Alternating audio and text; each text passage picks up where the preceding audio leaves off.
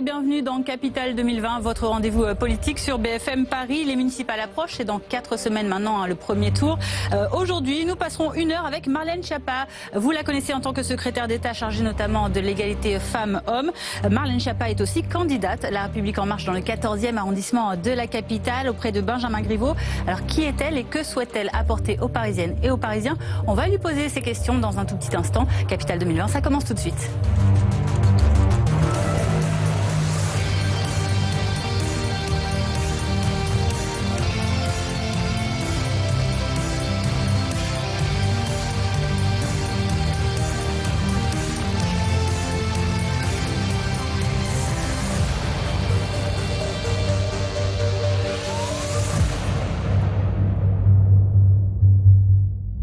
Et vous pouvez réagir, vous le savez, tout au long de cette émission avec le hashtag BFM Paris. Bonsoir Marlène Schiappa. Bonsoir. Merci d'être sur notre plateau aujourd'hui. Nous vous recevons, j'ai dit, en tant que candidate La République En Marche dans le 14e arrondissement de la capitale. Vous serez dans un arrondissement où Cédric Villani est également candidat, ex-La République En Marche. Marianne Guéraud, bonsoir, journaliste politique au Parisien. Bonsoir. Merci de nous accompagner comme toutes les semaines ici dans l'émission. Au programme aujourd'hui, avec vous Marlène Schiappa, voici le sommaire. On va faire le tour de l'actualité parisienne, francilienne, notamment judiciaire, avec la remise en liberté de Patrick Balkany ou encore la poursuite de la campagne des municipales dans la capitale. Nous vous proposons ensuite un petit test, tout ce qu'il y a de plus convivial, de connaissances sur Paris, sur votre arrondissement, notamment le 14e, on en parlera avec vous. Vous vous dites joueuse, alors on espère que vous allez participer avec joie à ce petit quiz. Notre journaliste ensuite politique, Alexia Elisabeth, nous rejoindra sur ce plateau. Elle nous fera réagir sur certaines propositions les plus saugrenues de cette campagne municipale dans la capitale. Et puis en fin d'émission, une deuxième invitée se joindra à nous sur ce plateau. Elle vous interrogera, Marlène Schiappa, sur son quotidien de Parisienne. Il s'agira notamment de la question du harcèlement de rue. On en parle dans un petit instant. Mais avant cela, Marlène Schiappa, on va passer à une rapide présentation. Vous avez 37 ans, vous êtes mariée, vous avez 2 enfants, 2 filles. Vous êtes née à Paris, de parents issus du milieu enseignant, on va dire, une maman institutrice puis proviseur, un papa prof d'histoire et historien également. Vous avez 2 sœurs et vous avez quitté Paris pour Le Mans à la naissance de votre second enfant parce que la vie à Paris n'était plus vraiment facile pour vous à ce moment-là. Vous vivez désormais de retour à Paris dans le 6e arrondissement, mais dans le quartier de Montparnasse, que vous connaissez bien, puisqu'il est juste à côté du 14e, où vous avez grandi, où vous avez fait votre collège notamment, en zone d'éducation prioritaire, et vous briguez donc maintenant une fonction d'adjointe dans ce 14e arrondissement. Question, Marlène Schiappa, vous êtes donc secrétaire d'État, on vous connaît bien sous cette étiquette. Pourquoi souhaiter aujourd'hui un mandat local dans la capitale ?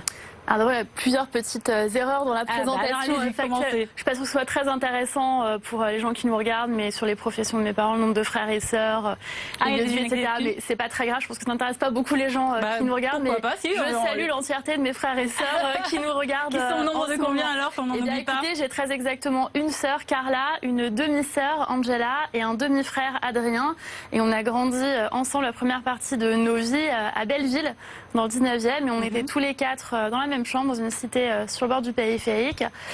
Et ensuite, chacun a vécu sa vie. Et moi, j'ai grandi porte de Monts avec mon père, qui était employé à la CAF et syndicaliste à l'époque, qui ensuite a passé le CAPES et est devenu prof d'histoire, puis historien, et maintenant il est président d'un institut de recherche sur la laïcité. D'accord. Je le précise parce que parfois... Donc ce sont des ajouts, ce sont des précisions, j'avais pas totalement faux, bon, sur le nombre de frères et sœurs. Voilà, et sur mon parcours entre Paris et l'extérieur, mais c'est pas très... Je le précise parce que souvent quand je dis que j'ai grandi dans une cité sur le bord du périphérique, dans un milieu modeste, on dit « Ah non, mais son père est historien, donc forcément, en fait, elle avait une famille d'intellectuels riches. » C'est pour ça qu'on voulait justement faire aussi le contexte personnel de votre vie, c'est important pour les téléspectateurs. J'ai grandi dans un milieu modeste, où je dis on était tous les 4 dans la cité, voilà, dans des conditions, on n'était pas dans la misère, mais on n'était pas dans des conditions de vie faciles, et ensuite avec des parents séparés, et mon père qui ensuite, et c'est tout à son honneur en tant que père célibataire, a repris ses études, passé des diplômes, est devenu enseignant, et a eu la trajectoire ensuite qu'il a eue en tant qu'historien sur ces sujets-là. C'est bien de le préciser, d'en être fier également. Est-ce que vous pouvez justement nous expliquer maintenant quel est vous votre parcours de vie, votre parcours professionnel, puisque vous vous lancez maintenant pour un mandat d'élu local? Mais je suis née à Paris, comme vous l'avez dit, dans le 13e. Je le dis aussi parce que ça a l'air très important pour certains, notamment pour la mairie sortante qui m'accuse d'être pas assez parisienne, parce que j'ai vécu que 31 ans sur 37 à Paris. Donc je m'en excuse pour les 6 autres années et je salue les gens de Bastia et du Mans et de Dijon où j'ai eu l'honneur de vivre brièvement. Et ensuite, j'ai été effectivement à l'école à Belleville. J'étais à l'école ensuite à la maîtrise de Paris. J'étais la première fille, donc j'en suis assez contente. C'était des classes à horaires aménagés qui étaient avant réservées aux garçons. Puis ensuite, j'ai vécu à Paris. J'ai travaillé. J'ai été collégienne, lycéenne, étudiante. J'ai monté 2 entreprises. J'ai créé une association Maman Travail pour soutenir les mères actives. Et j'ai écrit de nombreux livres sur ce sujet. Et à la naissance de ma 2e fille, j'ai effectivement quitté la région parisienne parce que les prix des loyers étaient prohibitifs. Se déplacer avec une petite fille et un bébé dans la poussette, c'était toujours très compliqué et j'ai donc pris la gare Montparnasse pour aller au Mans, à 50 minutes de Paris, et j'en suis revenue pendant la campagne présidentielle à Montparnasse, qui est mon quartier de prédilection, même si j'ai grandi aussi Porte de Vanves et à Belleville. Donc... Et alors, du gouvernement à une fonction d'élu local, quel est le trajet, le parcours de... Moi, je trouve que c'est la même chose. En fait, je trouve que d'abord, moi, j'étais candidate quand j'avais 18 ans, en 2001, aux élections municipales, dans le 14e arrondissement de Paris. C'était mon premier engagement politique sur une liste associative qui a fait 2 ou 3%. C'était une liste de témoignages, mais de défense des services publics à l'époque sur la question notamment des hôpitaux et de la démocratie locale, qui est un sujet important. Le 14e, c'est un arrondissement qui a dans son ADN l'attachement à l'écologie et l'attachement à la démocratie locale. C'est quelque chose qui est important. Et pourquoi vous lancez aujourd'hui, cette année? Je me lance pas particulièrement. J'étais déjà élue locale au Mans. J'ai eu la chance qu'au moment où j'arrive au Mans, le sénateur-maire me propose de venir sur sa liste et d'être élue. Donc j'étais maire adjointe, j'étais aussi conseillère communautaire. Je trouve que en fait, une campagne municipale, c'est une grande leçon d'humilité. Et c'est toujours bien et bon à prendre, notamment quand on est au gouvernement, parce que les gens nous parlent du ramassage des déchets, de la carte scolaire, de l'attribution des places en crèche, de problématiques vraiment du quotidien. Du quotidien et de leurs problèmes. Et en fait, les gens attendent que les élus soient à leur service pour régler leurs problèmes. Et ils ont bien raison, parce que c'est le rôle aussi des élus locaux. Et moi, je me suis engagée dans cette équipe avec Benjamin Griveaux, dans le 14e avec Éric Azière. Et on est en train de construire une belle liste de rassemblement. Notre tête de liste, Éric Azière, c'est le président du groupe UDI Modem au Conseil de Paris. Il est très expérimenté, il habite depuis 30 ans dans le 14e, il connaît vraiment toutes les problématiques, toutes les rues, et il aura des meilleurs scores et réponses que moi au quiz que vous me faites tout à l'heure. On verra bien. Où j'échouerai probablement. Et avec lui, il a ramené des maires adjoints qui viennent du Parti Socialiste, qui ont quitté la maire sortante pour venir avec lui sur sa liste, des présidents d'associations, des enseignantes, et on a une belle mixité d'âge, d'origine, d'engagement dans la vie. Donc c'est plutôt positif et on mène une belle campagne en tout cas pour Benjamin Griveaux. Vous parlez justement des problèmes du quotidien, on va y venir dans quelques secondes. Je voulais juste savoir, justement, vous avez évoqué la question du Mans où vous étiez élue. Est-ce que vous êtes toujours conseillère municipale là-bas? Oui, tout à fait. Alors comment est-ce que vous allez concilier toutes ces fonctions si vous êtes effectivement adjointe à Paris? Je ne serai plus conseillère municipale au Mans. Moi, je me suis engagée dans un mandat avec Jean-Claude Boulard, qui était sénateur maire du Mans, qui nous a quittés il y a un an de cela, et qui habitait aussi dans le 14e quand il venait à Paris. D'ailleurs, sa famille y vit toujours, puisque quand il a exercé des fonctions de directeur de cabinet, il est très proche de Michel Rocard. Il a longtemps vécu dans le 14e arrondissement. Et c'est avec lui que je me suis engagée. Et donc, je vais au bout de mon mandat de conseillère municipale d'opposition, parce que je ne suis pas avec le nouveau maire socialiste. Je vais régulièrement au Mans, je réponds aux personnes qui me sollicitent. Mais quand mon mandat s'arrête au Mans, un autre, je l'espère, si les Parisiens en ont envie, commencera à Paris. Donc il y a une continuité d'élu local au service de la population. Au Mans, on dit que vous êtes un peu moins présente que vous le prétendez, non? Écoutez, chacun peut regarder. Quand on est ministre, c'est vrai que c'est assez compliqué de venir au conseil municipal. Stéphane Le Foll, quand il était ministre, il est venu à 0 conseil municipal, ou peut-être 1. Donc je crois que chacun sait que c'est la tradition, mais je suis très présente en dehors des conseils municipaux. Vous savez, quand on est dans l'opposition, on peut venir au conseil municipal pour s'asseoir et passer 4 heures à écouter. C'est intéressant, toujours, mais quand on est en même temps appelé à l'Élysée ou à Matignon, c'est assez compliqué de faire un arbitrage et surtout c'est peu utile pour la population. Néanmoins, encore pas plus tard qu'hier, j'étais en déplacement en Finlande et de la Finlande, j'ai géré le problème d'un couple du Mans qui était surendetté et qui m'a appelé à l'aide. Mais ça, je le fais pour les gens, quel que soit l'endroit où ils vivent. Mais quand on est élu local quelque part, et bien forcément, on répond aux gens qui nous sollicitent, et ils nous sollicitent plus parce qu'ils nous ont identifiés justement par rapport à ça. Et alors, si vous êtes élu en mars prochain, est-ce que vous vous engagez à être être un peu plus présente au conseil d'arrondissement du 14e? C'est deux choses très différentes parce que pour aller au Mans, j'étais donc, comme je l'ai dit, dans l'opposition, donc sans réel pouvoir, et puis avec un temps de trajet entre Paris et Le Mans difficilement conciliable. Là, dans le 14e, c'est à 5 minutes, à 10 minutes à pied, disons, pour être large. Donc oui, évidemment, je serai présente et j'y vais pour siéger avec l'équipe d'Éric Azière. Mais si on nous fait confiance, je ne cumulerai pas de mandats. Vous savez, à Paris, on peut être à la fois conseiller dans l'arrondissement et conseiller de Paris. Je ne les cumulerai pas, je n'en prendrai qu'un pour que chacun puisse exercer des responsabilités. Quand vous êtes conseiller de Paris, vous êtes aussi conseiller d'arrondissement, vous êtes les deux. Absolument, mais après, on peut être maire adjoint ou pas. Et vous savez qu'il y a des participations dans les exécutifs qui sont à répartir. Et je pense que c'est assez sain de répartir les responsabilités dans les équipes. Moi, ce à quoi je m'engagerais, c'est ceux que je pourrais tenir. Ceux que je ne pourrais pas tenir, je n'y engagerai pas. Et on commence à regarder ça avec Éric Azière et avec toute l'équipe.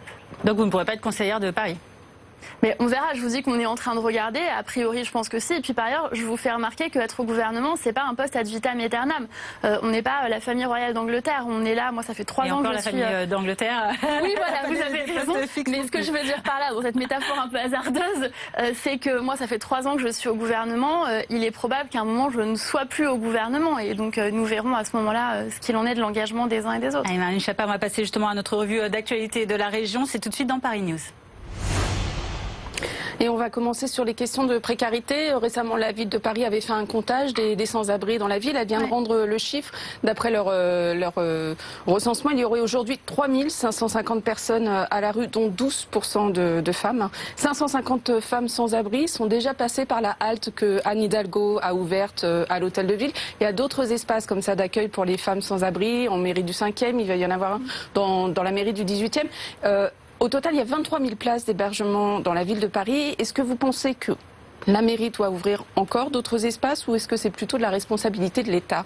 D'abord, moi, je pense qu'effectivement, il y a un sujet, un débat sur la question des compétences, de qui a la compétence. Et régulièrement, chacun se renvoie la balle et c'est le jeu de dire c'est la compétence de l'État, l'hébergement d'urgence. Oui, mais c'est à la mairie de Paris d'ouvrir les différents centres. Et donc, Benjamin Griveaux propose que la mairie de Paris ait la compétence officiellement de la question de l'hébergement d'urgence afin de pouvoir y répondre.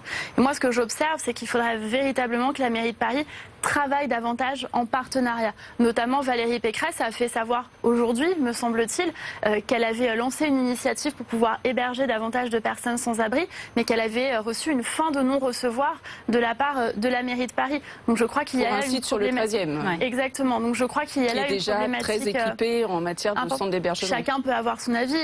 C'est ce que dit la mairie de Paris. Valérie Pécresse dit totalement autre chose. Elle est présidente de région. Je regarde aussi les propositions qu'elle formule à cet égard. Et là, elle dit qu'elle a été empêchée dans sa volonté d'agir pour les sans-abri. Mais moi, je m'intéresse beaucoup à la problématique du mal logement. J'ai visité Port-de-Vanves, dans la cité où j'ai grandi quand j'étais petite, au 10 boulevard Brune, à l'invitation de femmes qui vivent là-bas.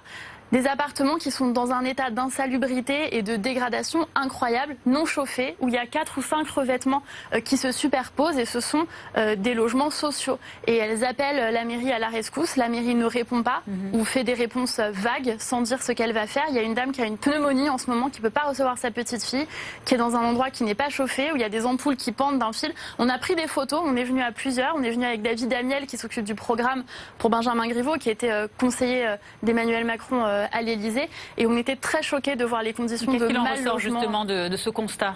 Eh bien, justement, nous, ce que nous faisons comme constat, c'est que la mairie ne répond pas aux appels au secours. Et ça, c'est très problématique. Je vous le disais tout à l'heure, comment moi j'envisage le rôle d'élu local? Je l'envisage comme quelqu'un qui est au service à la disposition de la population qu'il a élue. Et là, quand ces gens écrivent ou appellent la mairie, on leur dit c'est comme ça ou pas autrement. Si vous n'êtes pas content, rendez l'appartement, il y a des gens derrière. Et pour des appartements à 300... Quelle est la solution pour ces personnes? Eh ben, c'est tout simplement de réhabiliter ces appartements. Enfin, mais quand la ville s'engage à faire justement des grands plans de rénovation dans le parc social. Alors moi j'ai vu comme vous qu'elle s'engageait à faire des grands plans de rénovation dans le parc social. Je ne le vois pas chez ces gens. Les gens ne le voient pas. Donc on peut dire je vais faire un grand plan de rénovation dans le parc social. Fort bien, qu'est-ce qu'il en est pour cette dame qui a une pneumonie? Qu'est-ce qu'il en est pour la dame qui a des ampoules qui pendouillent d'un fil? Ce n'est pas aux normes de sécurité. On est en dehors des clous, humainement pour les gens qui vivent dans ces conditions-là qui sont assez terribles, et puis en termes de normes juridiques aussi accessoirement. Et c'est la responsabilité de la mairie.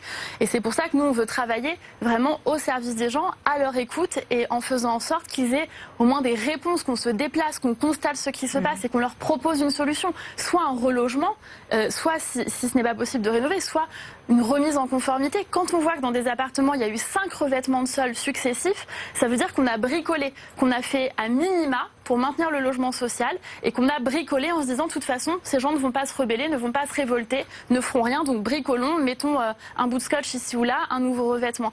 Et ça me choque. Moi, c'est la cité où j'ai grandi, comme je vous le disais. Et les dernières que la situation s'est dégradée Oui. Je le trouve et je le constate factuellement parce que les dernières rénovations qui ont eu lieu dans cette cité-là, c'était à l'époque où moi j'habitais encore, donc il y a longtemps quand j'étais enfant, et c'était pour mettre 4 murs et une porte autour des salles de bain qui avant n'existaient pas, qui étaient des douches au milieu des cuisines dans la fin des années 80, et pour mettre un ascenseur. Et depuis, on a simplement changé les portes ou les revêtements extérieurs, mais on ne s'est pas occupé des endroits où vivent les gens. Et il y a des conséquences graves, notamment sur la santé de ces personnes. Et ça n'est pas admissible. Toujours dans l'actualité de la région aussi, à cette crise des déchets à Paris, ça ne nous a pas échappé. Le ramassage des poubelles est très perturbé depuis plusieurs semaines maintenant dans la capitale notamment. Les éboueurs sont en grève contre la réforme des retraites. Les incinérateurs franciliens, les 3 de Ivry ici et Saint-Ouen ont été arrêtés. Le préfet de police aujourd'hui justement a demandé une nouvelle réquisition jusqu'à vendredi prochain, le 21 février, pour bien continuer de faire fonctionner ces fours pour brûler les ordures. Alors cette collecte, ce traitement des déchets, Marlène Schiappa, est très perturbé. Est-ce que vraiment il est très habile de lancer ce projet de réforme des retraites à ce moment-là, justement, juste avant les municipales? Là, on est sur 2 voire 3 sujets différents. Si on dit qu'il ne faut pas que le gouvernement réforme parce que sinon Paris va être sale, je trouve que c'est un peu rapidement considérer que rien n'est de la responsabilité de la mairie de Paris. Et je suis là devant vous en tant que candidate avec Benjamin Griveaux. Et donc, moi, j'observe que s'il y avait une véritable volonté de la mairie de Paris, Paris pourrait être propre. Et d'ailleurs, c'est ce que Benjamin Griveaux propose. Il propose qu'en 100 jours après son élection, il y ait une grande opération de nettoyage de Paris, parce que là, on est dans des situations où les déchets s'accumulent, où personne ne fait rien, où on attend que ça se passe. En termes sanitaires, c'est très préoccupant. Il y a un nombre de fermetures de ces décharges et de ces incinérateurs. Bien sûr, mais à un moment, on peut aussi prendre des décisions et trouver des solutions. Et là, ce que vous dites, c'est exactement... avoir recours au privé, c'est une atteinte au droit de grève, ça, quand même. Par exemple, avoir recours au privé, mais au-delà de ça, moi, ce que je constate, c'est que dans la question des déchets, comme dans la question du logement qu'on vient d'aborder, comme dans beaucoup d'autres questions, la réponse de la mairie, que vous relayez ici, c'est toujours « c'est pas de ma faute, c'est pas de ma responsabilité ». Ça n'est jamais de la responsabilité de la mairie de Paris. Quand on lui dit « il y a des déchets partout, la ville est sale », c'est pas de ma faute, il y a des grèves. Le logement, ça n'est pas... c'est pas de ma faute, c'est pas ma compétence. En l'occurrence, les agents sont en grève et il y a un manque d'effectifs. Alors, d'abord, tous les agents ne sont pas en grève et ensuite, effectivement, il y a un recours au privé. Ça veut dire qu'il faut faire double service à ceux qui sont sur place? Non, ça veut dire qu'en fait, c'est pas une question de là, encore une fois, comment on bricole et comment on met un sparadrap, c'est comment on envisage la question de la propreté dans Paris.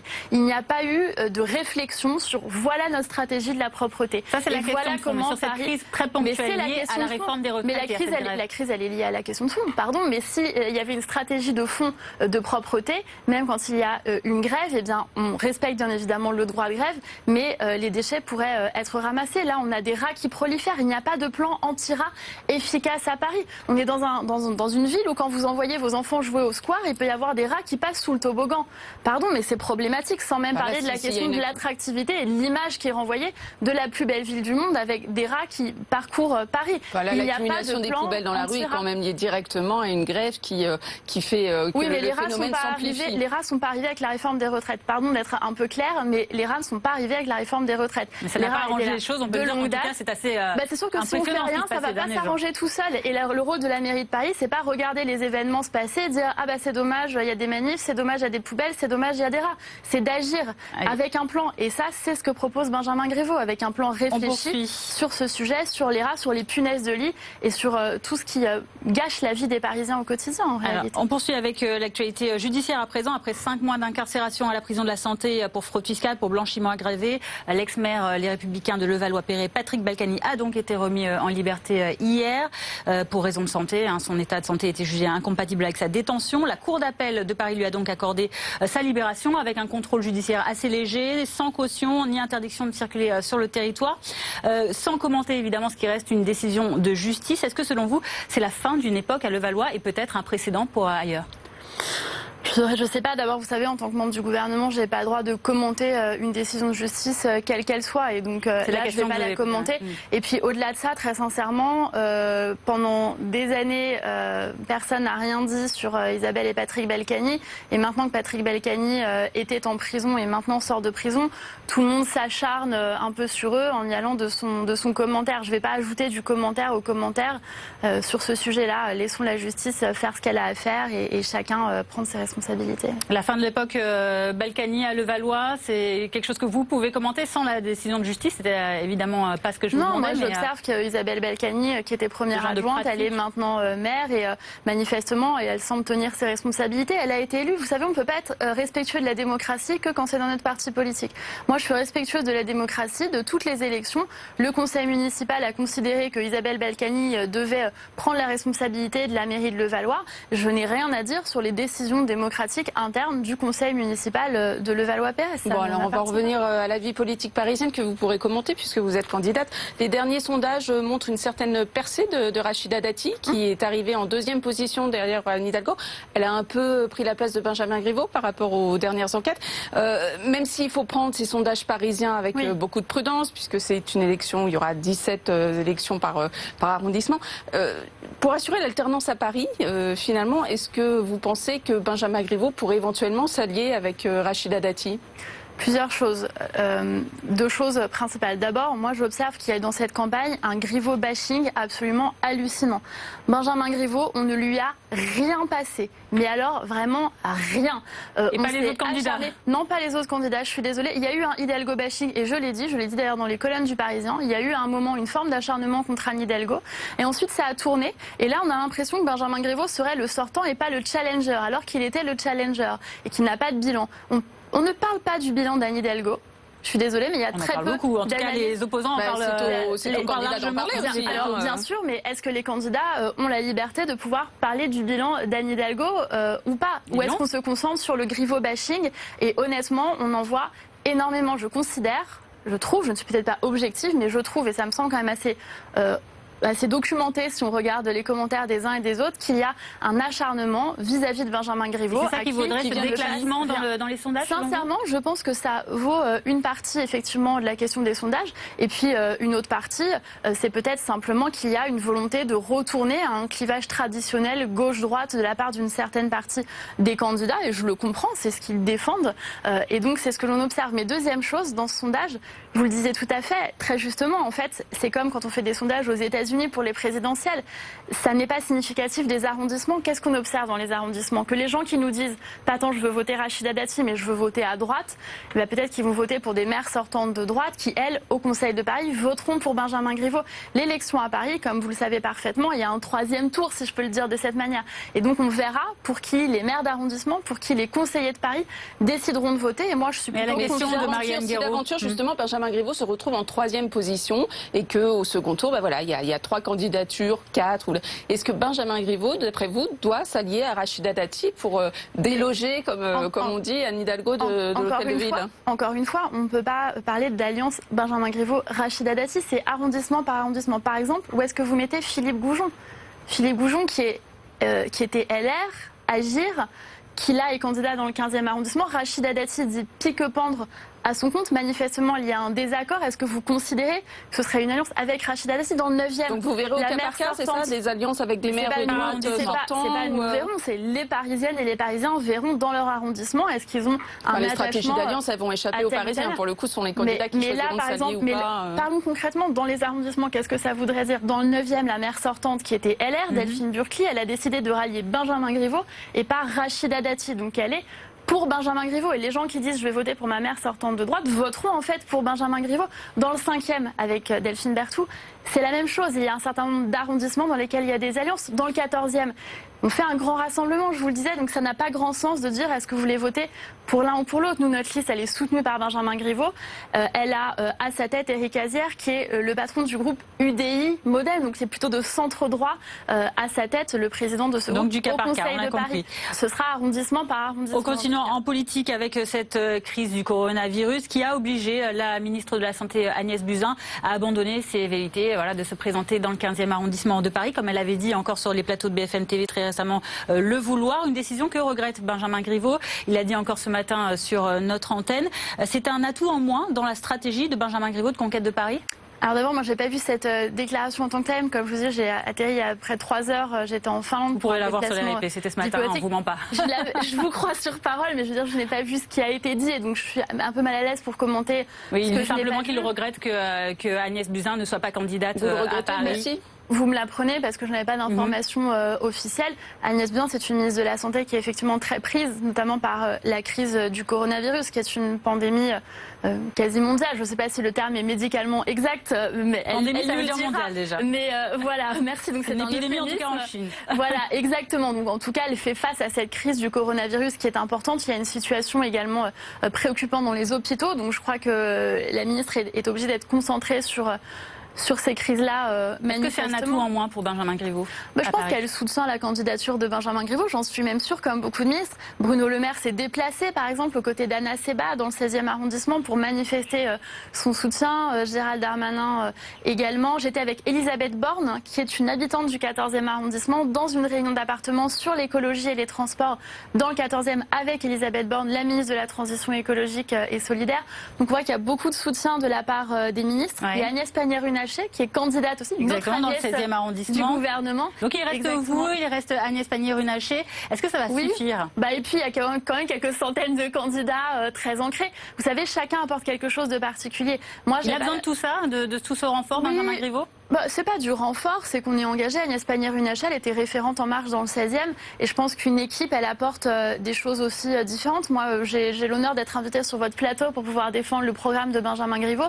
En ce moment même, Éric Azière est avec une association dans le 14e, et on a des colistiers qui tractent à la sortie du Monoprix. Enfin, je sais pas si j'ai le droit de dire Monoprix, mais voilà, qui sont, on peut dire, au champ Carrefour et autres en prix. Mais voilà, je pense que chacun a son apport dans la campagne. Il y a des gens qui ont une excellente connaissance du terrain, des gens qui sont avec les associations, les commerçants, des gens qui ça donne un peu une image de proximité à Benjamin Griveaux, une image qui lui manque peut-être. On a vu quand même que, alors vous parliez vous de Griveaux bashing, bon, son image d'homme arrogant ou en tout cas un peu dur dans ses relations avec ses concurrents lui a un peu desservi la tâche. En même temps, il a prononcé ses déclarations à l'encontre de ses concurrents, c'est un fait. Dans un cadre privé. Dans un cadre privé, mais il les a tenus, donc il les a quand même... Bien sûr, mais je ne sais pas qui nous regarde et ne rentre jamais chez lui énervé après une journée de travail. On va pas refaire le débat, effectivement. C'est assez facile de répondre comme ça. Est-ce que c'est pour contrecarrer ce Griveaux bashing qu'il a laissé fuiter, là, en début de semaine, des photos de lui en train de plaisanter avec ses têtes de liste sur les photos pour essayer de faire passer une image de le directeur de campagne qui souriant, qui n'apparaît jusqu'ici? Ouais, en fait, je vous dis qu'il y avait à mon sens un Griveaux bashing parce que je travaille avec lui depuis la campagne présidentielle, et moi ce que j'ai appris à connaître, c'est quelqu'un qui, c'est vrai, de prime abord peut avoir l'air arrogant, et moi aussi pendant la campagne présidentielle je me disais voilà, c'est quelqu'un qui est porte-parole du candidat Emmanuel Macron, qui a une expérience politique, etc. Et je sais qu'il peut renvoyer cette image de froideur ou d'arrogance, mais dans la vraie vie, il est comme ça en fait. Elles sont pas feintes ces images. C'est quelqu'un qui rigole, qui a énormément d'autodérision, qui se moque de lui-même. Et pourquoi il n'arrive pas à laisser passer cette image-là, alors, y compris dans son meeting, quand il fait des confidences? On a du mal à y croire. On a l'impression que c'est un petit peu tiré par de grosses ficelles. Non, vous avez raison, mais d'abord je pense que c'est difficile de donner une véritable image dans les médias. Moi-même, quand je dis des portraits qui sont censément être des portraits de moi, je me reconnais absolument pas, et je pense que c'est assez difficile de laisser transparaître quelque chose de vrai. Et quand je disais on lui passe rien, moi j'ai lu une interview de Rachida Dati dans Technicart, et moi j'ai beaucoup de respect pour le parcours de Rachida Dati. Je me permettrai jamais de l'attaquer ad hominem, ni Anne Hidalgo non plus. En plus, ce sont des femmes qui ont toutes les deux vécu beaucoup de sexisme, donc je ne vais pas en rajouter. Rachida Dati, on lui dit qu'est-ce que vous pensez de Benjamin Griveaux? Elle répond c'est le fils du notaire de Chalon-sur-Saône. J'ai trouvé ça très inélégant, d'abord parce que le père de Benjamin est décédé, et je trouve que dans la politique on peut peut-être quand même un peu respecter les familles des uns et des autres, et notamment je sais pas, moi je suis d'origine corse, tous les coups sont permis dans la politique, c'est un peu ce qu'on non, alors honnêtement, jamais je me permettrais de parler du père décédé de qui que ce soit dans une interview et de m'en servir comme argument politique. Jamais. Il n'était pas notaire. Certains le font. Jamais. Mais moi je ne le fais pas, et y compris de mêler les enfants des uns et des autres, etc. C'est pas mon honneur, c'est juste que c'est un minimum de respect dans ce qu'on peut faire. Et quand je parle de Griveaux bashing, Benjamin Griveaux, il a décidé justement de partir de Chalon-sur-Saône pour découvrir la ville de Paris, qui était pour lui une ville de liberté. Rachida Dati, elle n'est pas non plus née à Paris, Anne Hidalgo non plus. Est-ce qu'à un moment, on doit donner notre carte ADN et les professions de nos parents pour avoir le droit de se présenter au suffrage? En tout cas, vous l'avez bien fait, vous avez bien vendu votre candidature et vos 31 années à Paris. Je le dis justement parce qu'on m'attaque là-dessus. Vous voyez, on m'attaque parce que je n'ai passé que 31 ans. Allez, on termine ce tour de l'actualité. On aimerait bien vous entendre sur cette question. Au-delà des élections municipales, il y aura des élections présidentielles en 2022. Oui, et la République en marche craint l'émergence d'un candidat un peu farfelu, une candidature à la Coluche. On a entendu plusieurs candidats, plusieurs membres de l'exécutif qui ont craint cette éventualité. Personne ne l'a dit. Voilà, en tout cas, ils l'ont dit à nos journalistes. Pourquoi est-ce que cette crainte émerge aujourd'hui au sein de la République en marche? On a notamment parlé de l'animateur de C8, Cyril Hanouna, sur le plateau duquel vous êtes allé à 2 reprises, qui lui dément tout à fait cette éventualité de se présenter au présidentiel de 2022. Ça serait quoi le risque pour la République en marche? D'abord, je sais pas, vous savez, on est dans une période un peu bizarre de la vie politique avec énormément de violence et des propos off à tire-larigot sur les uns et les autres émanant des uns et des autres. Là, j'apprends que depuis quelques jours, semaines, cette hypothèse inquiéterait les gens de la République en marche. D'abord, Cyril Hanouna effectivement a démenti le fait d'être candidat. Et ensuite, je pense qu'il faut encore une fois arriver à toute élection avec beaucoup d'humilité. Une élection, elle n'est jamais jouée par avance. L'histoire est pleine de gens dont on disait un tel c'est le prochain président ou un tel sera réélu facilement. Ou Emmanuel Macron en est conscient lui-même puisqu'il dit que voilà, il sait qu'il est arrivé ici, qu'il n'est peut-être que de passage. Bien sûr, et il a dit aussi qu'il ne fallait pas que ce moment soit une parenthèse de la vie politique et le risque, c'est celui-là qu'on revienne dans une bipolarisation de la vie politique et surtout derrière que l'extrême droite arrive au pouvoir tout simplement. Marine Le Pen, elle a gagné quand même les précédentes élections européennes. On l'oublie parfois. Qui est arrivé en tête? C'est Jordan Bardella. C'est le Rassemblement national qui est arrivé en tête en France, en moyenne, pas à Paris. Mais dans le reste de la France, oui. Allez. Donc oui, il y a un vrai risque. On continue. Vous pouvez toujours réagir avec le hashtag BFM Paris sur notre émission, sur tous nos réseaux sociaux. 5 questions à présent sur Paris et votre arrondissement. On en parle avec vous dans un instant. C'est Paris Screen. Ça va être très rapide. 5 petites questions. Quel est, par exemple, le nombre d'habitants dans le 14e arrondissement? C'est environ 140 000. Ouais, 137 000, je vous accorde le point. C'est les derniers chiffres de l'INSEE. J'en ai fait venir 3 000 la dernière semaine. On poursuit. Vous dites très bien connaître le 14e. Vous y avez grandi, évidemment. Il y a sûrement des rues que je connais pas. On va voir. Combien de conseillers de Paris représentent ce 14e arrondissement de Paris? 8.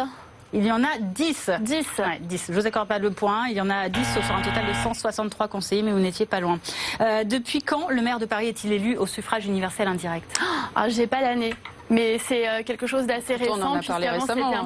On en parle sans cesse. Et, il y a eu un événement assez triste récemment qui nous a fait bien sûr, oui, Jacques Chirac, mais j'ai pas l'année en tête. Et mea culpa, je la copierai 200 fois. Ce sera 1977 qu'il faudra recopier sur vos cahiers. Jacques Chirac, et ensuite voilà, le premier maire de la capitale.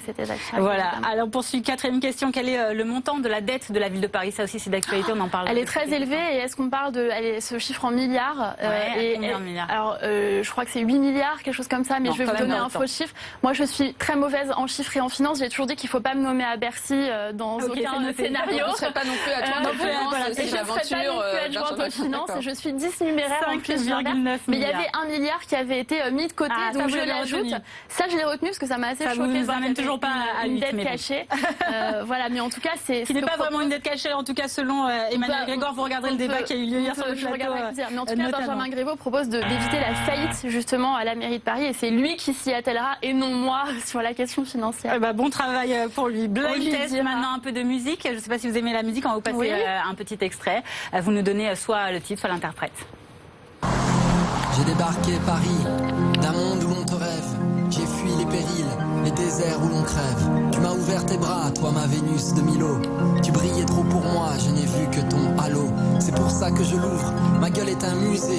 Je vis loin du feutré et des lumières tamisées. Un indice, vous avez quelque chose qui vous met la puce à l'oreille? Non, non, vous reconnaissez ni la voix ni la musique. Alors c'est Paris Métèque le titre, qui date de 2017 et c'est Gaël Faye, le rappeur, le poète, l'écrivain, avec son livre Petit Pays, plusieurs fois récompensé, qui est l'auteur de cette chanson. Alors on le salue. Quand ça lui On va tout de suite vous donner votre score, votre note 1 sur 5, Marilyn Chapa, ce soir. Bon, c'était bien tenté, en tout cas, vous avez joué le jeu. Merci à vous. Allez, on va passer maintenant à votre vision de la ville de Paris. C'est dans Paris Focus. Et Alexia Elisabeth, reporter politique BFM Paris, nous rejoint. Bonsoir Alexia.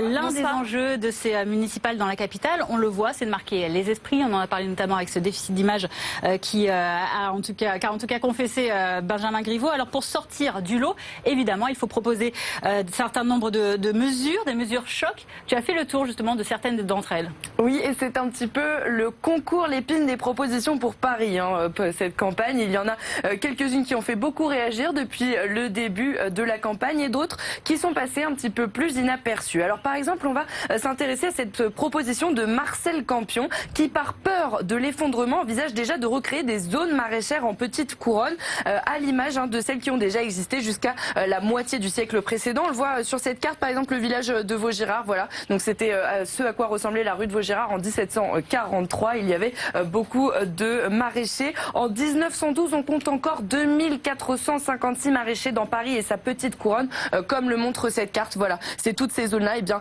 Marcel Campion, il veut recréer des zones maraîchères tout autour de Paris. Ça va être compliqué parce que maintenant, c'est assez bétonné. 1912, c'est aussi l'année où la Bièvre a été entièrement enterrée dans Paris. Et les écologistes, eux, ils ont eu cette idée saugrenue mais limpide. Vous allez voir, déterrer cet affluent de la Seine qui coulait jadis en plein cœur de Paris. Alors, coût de l'opération, 50 millions d'euros. La Bièvre qui servirait à mettre un peu de nature en ville. Comme finalement les 170 000 arbres proposés par Anne Hidalgo, la maire sortante, devrait donc en planter en moyenne 80 par jour. Et encore, on n'a pas compté les vacances. Ça fait beaucoup, sachant qu'elle n'en a planté que 18 000 en 6 ans. La nature qui viendrait aussi prendre la place du périphérique lorsqu'il serait supprimé par Gaspard Ganzer. Voilà, vous le voyez, on dirait un petit peu l'Amazonie. Bien non, c'est la porte de Pantin, comme la voit Gaspard Ganzer. Retour donc à avant 1973, lorsque le périphérique n'existait pas et que Paris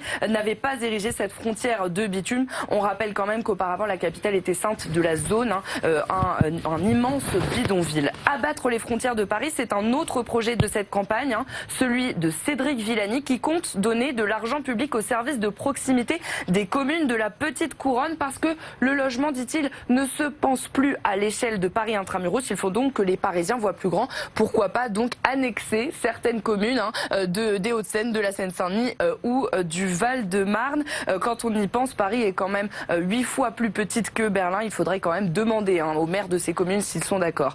10 fois plus petite que celle de Berlin également la dette de Paris, mais très élevée quand même, puisqu'elle atteint 6 milliards d'euros. La candidate Les Républicains, Rachida Dati, propose, elle, de ramener ce chiffre, tout simplement à 0 euros en 6 ans, et ce, sans augmenter les impôts. Et puis, on peut toujours finir par les ambitions new-yorkaises de Benjamin Griveaux, même si on ne va pas faire de Griveaux bashing, qui voit donc, lui, des centaines de milliers d'arbres en lieu et place de la gare de l'Est. Voilà, ça donne ça. Alors, compliqué, irréalisable ou même fantaisiste, Marlène Schiappa, laquelle de ces propositions votre candidat pourrait-il reprendre s'il est élu, sauf la sienne évidemment, laquelle, à votre avis, est une fausse bonne idée ?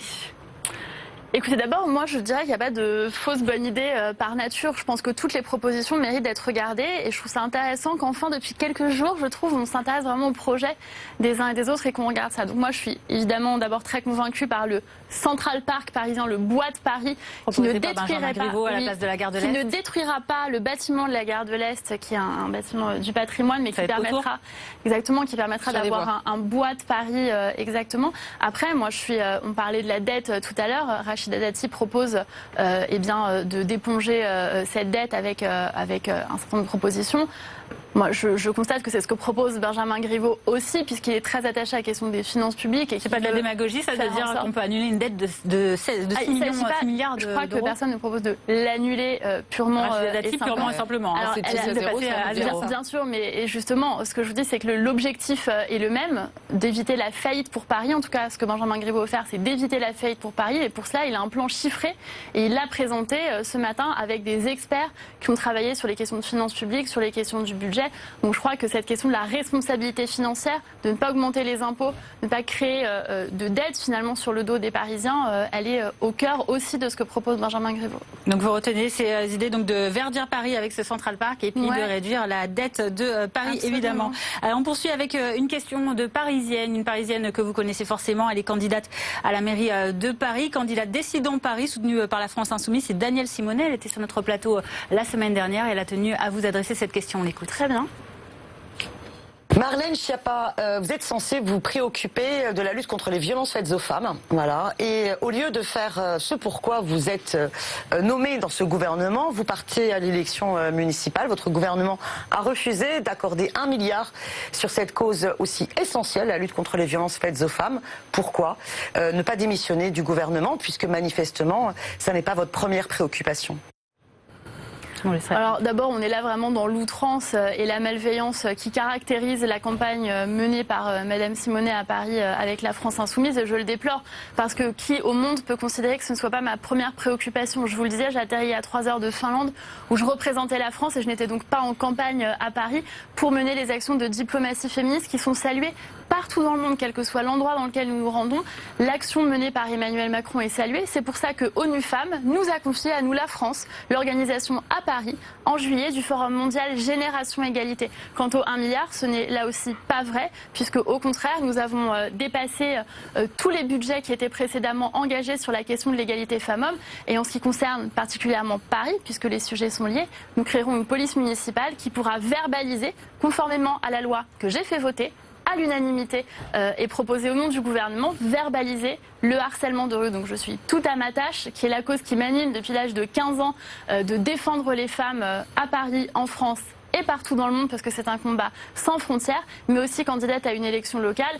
Et ce n'est pas parce que la France Insoumise a décidé de zapper les élections municipales, comme l'a dit Adrien Quatennens lui-même, que les autres partis politiques doivent faire autant. Et je crois à la légitimité de l'élection et de la démocratie. Merci pour votre réponse, Adèle Simonet, ce qui nous amène justement à traiter de cette question du harcèlement tout de suite dans Paris en face. Bonsoir Charlotte Rocher, bonsoir. Merci de nous avoir rejoints sur ce plateau. Vous êtes étudiante, vous êtes engagée à droite également et vous êtes habitante du 19e arrondissement de Paris. Vous avez publié sur Twitter très récemment une vidéo de vous dans le quartier de Stalingrad où vous vous faites harceler dans la rue par une personne. Vous vous plaignez à des agents municipaux de ce qui vous arrive. La vidéo s'arrête là et depuis elle a beaucoup été vue, beaucoup été partagée. Cette vidéo, c'est sur cette question du harcèlement de rue que vous voulez interpeller Marlène Schiappa ce soir. Oui, en effet. Donc déjà, je suis ravie d'être ici pour parler de ce sujet qui tient énormément à cœur parce que ça constitue mon quotidien depuis que je suis arrivée dans le nord-est de Paris. Ça remonte à peu près à 2-3 ans. Donc au moment où la question est devenue plutôt... où il y a eu un assez gros écho sur le sujet. En fait, sur cette vidéo, j'attendais simplement quelqu'un et j'étais stationnée place de la bataille de Stalingrad quand un homme est venu vers moi et a commencé à me faire des avances que j'ai refusées. Et à ce moment... On peut les montrer ces images si ça ne vous dérange pas, parce qu'on va voir la scène justement de cet homme qui vous accoste. Vous arrêtez, monsieur, vous m'approchez pas. M'approchez pas. Je m'en fous. Vous me suivez pas. Vous arrêtez de me suivre maintenant. Mais te rentre pas dans Laissez-moi tranquille. Vas-y. Laissez-moi tranquille. Vas-y. Bouge. Donc ça, c'est votre quotidien. Voilà. Après un degré plus ou moins élevé, mais sur cette vidéo, c'est toujours très compliqué de la regarder parce que je parais assez calme, mais en réalité j'étais en panique totale. Je savais pas si ça allait passer la barrière des mots. Bien sûr. Et il m'a touchée, il a essayé de me retourner pour m'avoir en face de lui. J'ai vu une voiture des agents de la ville de Paris qui est passée devant moi alors que j'étais déjà en train de crier sur cet homme. Elle est passée devant moi, elle allait s'arrêter un peu plus loin. Et à partir de ce moment, j'étais fixée sur cette voiture pour aller la rejoindre.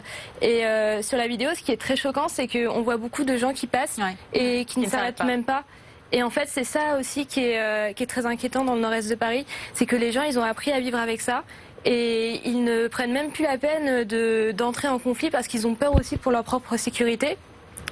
Une fois arrivée à la voiture, j'ai pensé que j'étais protégée, enfin. L'homme, il continue à me suivre, il était en train d'attendre derrière.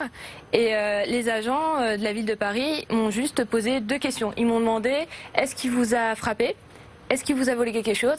Et à partir du moment où j'ai répondu non, ils m'ont dit aussi, qu'est-ce que vous faites ici? C'est dangereux. Votre réaction, Marlène Schiappa? C'est terrible. D'abord, vous êtes très courageuse. Effectivement, j'avais vu cette vidéo sur les réseaux sociaux et je sais ce que vous avez ressenti pour l'avoir vécu maintes fois moi-même, mais on vous sent très déterminée et vous avez le courage à la fois de répondre et de filmer. Et merci pour ça, parce que ça peut interpeller ceux qui douteraient de la réalité de l'existence du harcèlement de rue. Et moi, quand j'ai voulu porter ce combat en 2016 dans la campagne présidentielle, c'est justement pour mettre fin à ces situations qui existent depuis trop longtemps et qui n'étaient pas des combats politiques avant. Et nous, on a fait voter justement cette verbalisation du harcèlement de rue. Maintenant, les réactions qu'on voit là ne sont pas à la hauteur.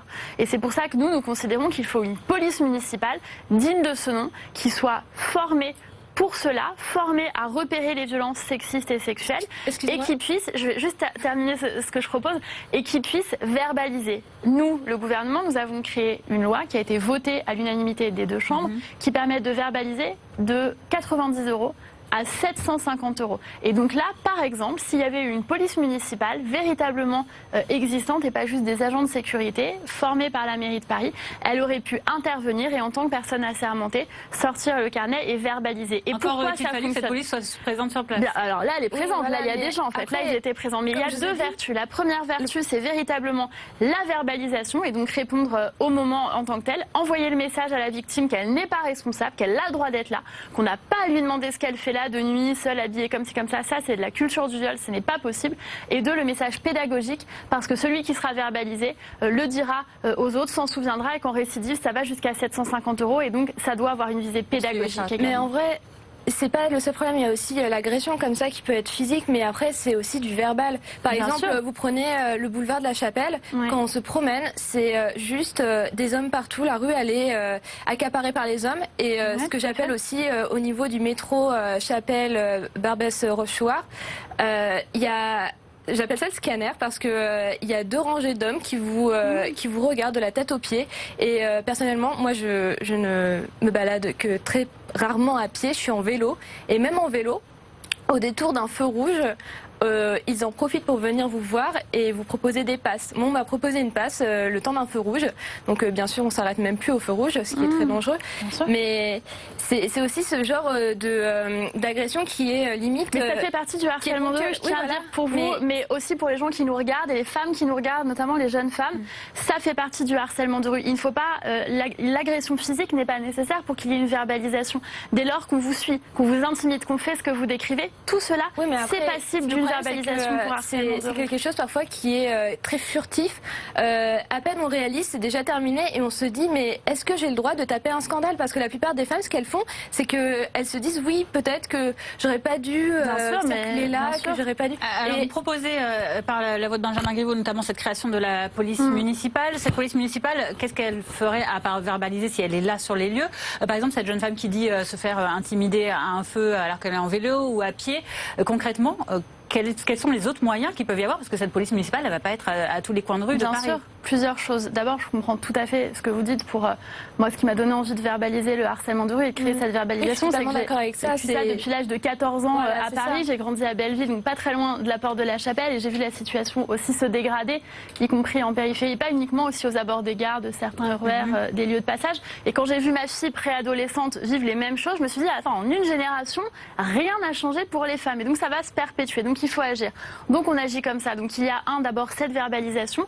Et là, pardon, mais on voit que la réaction, je ne sais pas pour jeter la pierre sur les gens individuellement, c'est systémique, mais on voit que la réaction n'est pas à la hauteur, parce qu'il y a des gens qui n'ont pas été formés à ça et qui n'ont peut-être même pas connaissance qu'ils peuvent verbaliser et mettre cette formation, des amendes. cette sensibilisation, elle concernerait qui par exemple? Eh bien l'ensemble des policiers, comme nous le faisons de la police municipale, comme nous le faisons au niveau national. Avec Christophe Castaner, le ministre de l'Intérieur, nous avons lancé... Et les agents municipaux peut-être aussi qui sont là, qui sont dans le coin et qui ne savent pas... ça. La nouveauté, c'est que ce ne sera pas des agents municipaux en tant que tels qui seront là. Ce sera la police municipale qui sera formée et armée et donc respectée. Et donc quand il y aura la police municipale, ça pourra dissuader des harcèlements de rue par la présence.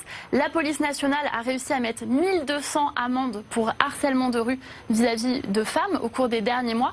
La police municipale, si elle existait, si elle était formée et équipée pour cela, pourrait aussi verbaliser et aller à la reconquête de ces quartiers. Ce n'est pas admissible qu'il y ait des jeunes femmes je suis d'accord. Est-ce que c'est une solution pour vous? Ça suffirait? Je suis d'accord avec vous concernant la verbalisation et puis punir ces comportements. Oui, Mais bien je sûr. pense aussi que ça peut pas être toute la solution parce que en fait c'est tout un environnement Bien sûr. qui est délétère parce que ces hommes, ce que vous voyez dans la rue, ils sont statiques, ils sont là toute la journée parce je qu'ils sais font, parfaitement. voilà, ils réalisent les Parfaitement la trafics. situation. Donc à partir du moment où on C'est une enlève question ces... d'ordre public, voilà, si vous voulez. C'est une question voilà, d'ordre c'est ça. public. À partir Donc, du moment où ces hommes, ils ont plus la possibilité que Exactement, mais leur vous trafic, dites ils sont qu'il plus là, réalise des trafics. Enfin, pardon, qui peut accepter que dans Paris, à ciel ouvert, il y a du trafic de drogue? Bien sûr. Là aussi, ce sera le rôle de la police. Il faut une meilleure coordination avec la police nationale. Chacun sait à quel point la maire de Paris dit qu'elle a des difficultés à travailler avec la préfecture de police, mais aussi avec la région, mais aussi avec les maires d'arrondissement, bref, avec tout le monde. Et donc, je crois qu'il faut remettre du travail partenarial, remettre du commun. Et ça, c'est ce que propose Benjamin Griveaux sur ces très sujets. rapidement, Et Très notamment rapidement, sur la mais conclusion. vraiment Votre aussi, conclusion. c'est le silence de la part de la mairie face à ces problèmes. Si ça les concerne, c'est leur arrondissement. Et ce genre de choses, il n'y a aucune réaction de la part de la mairie.